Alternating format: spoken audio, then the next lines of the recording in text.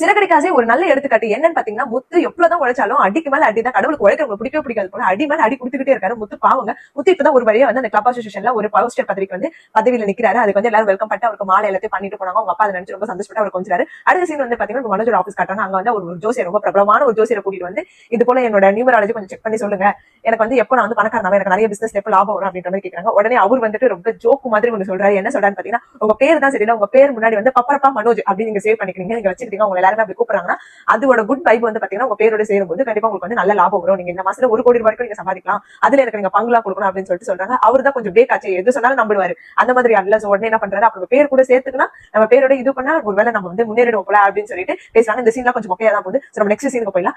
அடுத்த சீன் என்னன்னு பாத்தீங்கன்னா, நம்ம ரேகா சத்யா கட்டுறாங்க. அவங்க தான் அவங்க பாட்டியோட ஊருக்கு போயிருக்காங்க, நாச்சியோட ஊருக்கு. அங்க போயிட்டு நல்லா ஜாலியா சுத்தி பார்த்து போட்டோ எல்லாம் எடுக்கிறாங்க. அதான் அங்க இருக்க ஊருக்காரங்க பார்த்துட்டு ஏன் நீங்க யார் அப்படின்னு சொல்லி கேட்கறாங்க. நாச்சியார் பாட்டி வீட்டுக்கு வந்துருக்கோம் அப்படின்னு சொல்லி சொல்றாங்க. இங்க வந்து ஸ்கூல் பசங்க போற வர இடம், நீங்க வயசு பசங்க இருக்கீங்க, இந்த மாதிரி போட்டோ எடுத்தெல்லாம் பார்த்தா எங்க வீட்டு பசங்க வந்து கெட்டு போயிடுங்க, இந்த மாதிரி போட்டோ எடுக்காதீங்க, எங்க வீட்டுக்கு போங்க அப்படின்னு. இல்ல சார், நாங்க வந்து நீங்க சுத்தி பார்க்க தான் வந்து நாங்க ஊர்ல சைட்ல வந்து கிடையாது, ஃபர்ஸ்ட் டைம் வந்து சுத்தி பார்த்து போட்டோ எடுக்க வந்து இதுல தப்பு இருக்கு அப்படின்னு ஆர்கியூ பண்றாங்க.